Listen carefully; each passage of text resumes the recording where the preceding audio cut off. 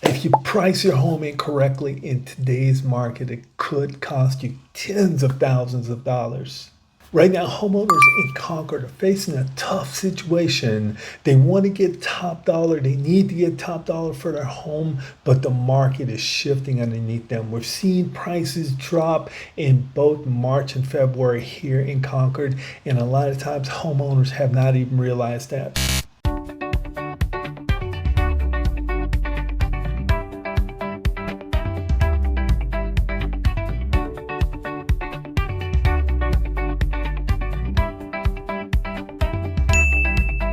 Let's say your home is worth the average price in February in 2026, which is $778,594 here. Now, we listed it for that. If you take a look at this next slide with the following prices, you're now overpriced here in the market. Homes that are overpriced tend to be compared to homes with stronger features and so forth, more upgrades, and they do not compare as well, and consequently the home just sits on the market. Also, there's plenty of buyers out there that would love to buy the home, but what ends up happening is the home is outside the price range, so they never see it, so the home ends up sitting on the market. So what's the fix for this? Number one, if you are overpriced right now, we're going to look at reducing your price. One of the things that's really important is we have to price behind numbers that have more sellers. For instance, we priced at $778,000. Well, if we would have came down $3,000 to $775,000, we would have had more buyers, more demand for home, more competition for home. And here's why. You have significantly more buyers looking or searching for homes that are $775,000 or less versus those that are looking for $778,000 or less. So consequently, you lose out on all these buyers that are looking for homes that are $775,000 simply by pricing too high. To really get around this problem of where you've priced and the market's falling, you're in a shifting market, we've got to price ahead of the market. And so we've got to understand what the market is doing, what's coming up in the market. Now, there's a couple ways to understand that. One of the things you want to do is make sure that you've got a realtor that pays attention to the real estate market and has an understanding of what the market's going to be doing. There's three metrics that we need to pay attention to. The first is inventory. Now, when we talk inventory, we're talking the number of homes listed compared to the number of buyers. And let's use this scenario real quick. Let's say there's one city has 100 homes available. The other city has 10 homes available. Well, obviously, it seems like this city that has 100 homes has more inventory, where this city only has 10 homes available. Now, let's put another perspective to that. This city that has 100 homes, there are 400 buyers looking for homes in this city.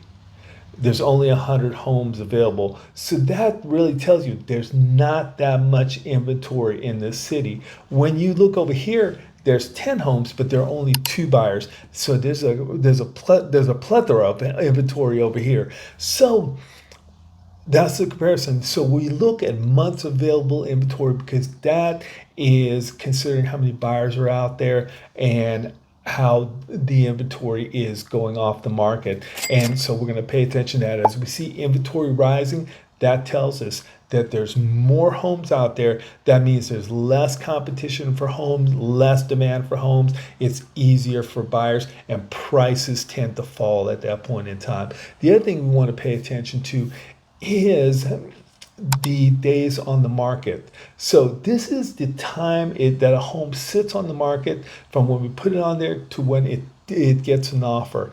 And as we see this time expand, as we look at days on the market starting to increase, the amount of time it takes from when you put the home on the market to when it gets an offer, that's another indication that the market is slowing and prices may be going down. Finally, the last thing we want to look at is the percentage over the list price that homes are selling for. So if we see that homes are listed for $100,000 and they're selling on average at $102,000 or 102% of the list price, That's the percentage of lists. Now, if we see this number starting to fall or we see it starting to rise, that's an indication of demand in the market. If it's falling, there's not as much demand in the market and prices are tending to go down. Consequently, we've got a price ahead of the market. Now, if we've got it vice versa, we've got a rising market, not a big deal. Where, not as big of a mistake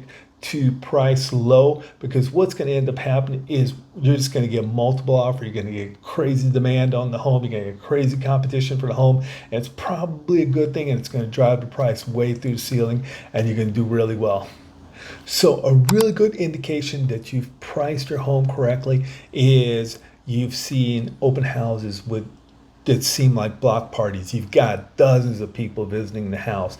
You've got regular visits to your home. You've got your realtors getting regular inquiries about your home. Your realtor can go out on Zillow and see how many people are looking on Zillow to actually look at your home, how many people are saving it, and keeping track of just visits and so forth. That's a real indication of demand for your home and if you're priced correctly. Now go to our home evaluation site at the link above. We'll keep you updated on what your home's worth, and we'll send you out our free seller's guide and keep you updated on the real estate market. You guys have a great rest of your week. Thanks now. Bye-bye.